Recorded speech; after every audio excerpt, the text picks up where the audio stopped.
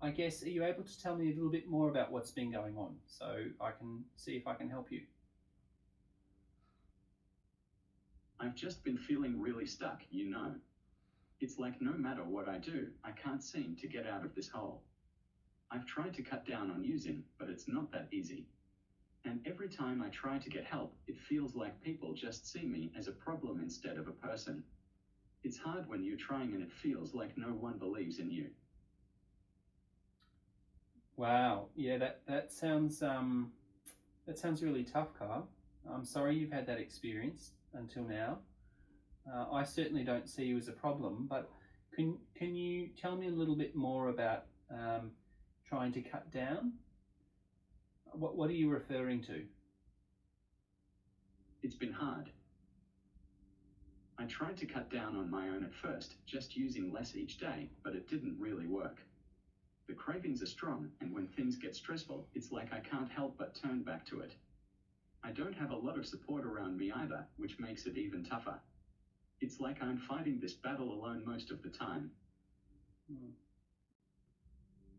Well, thanks for the opportunity to interview Kyle. I guess from my point of view, it's an amazing piece of technology. Kyle is very insightful. We were able to conduct a pretty nuanced conversation. I felt that the model was realistic at all times. I got some really good feedback from Kyle, and I actually pressed Kyle, who was the patient I was interviewing, to give me some specific examples, and he was able to go ahead and give me examples that related to what I had said. I think it's so good. I think it's quite scary, actually. I think it's a potential game changer in the medical communication sphere. The ClinicalAvatar tool seems like the perfect tool for training for communication. It has a great opportunity to practice new skills, and I think it's a great way to practice both for communication with families and for our exams. I've just used an AI tool to practice my communication skills. I found it really useful. I think the main point is less confrontational than using actors, so you can repeat it more often, and the feedback was really useful. I liked the avatar interface. It was very realistic, and the advice that it gave afterwards was very specific and thoughtful.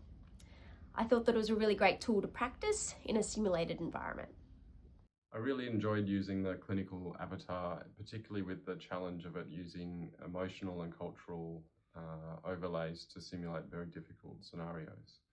It provides a safe space to practice these, and also the feedback that it provides is very accurate and helpful to improve my skills. So I thought this was like an amazing educational experience. The feedback being given in real time was actually quite surprising and very relevant to the conversation we had, and I can see how useful this will be not only for myself as a senior clinician, but also for junior doctors.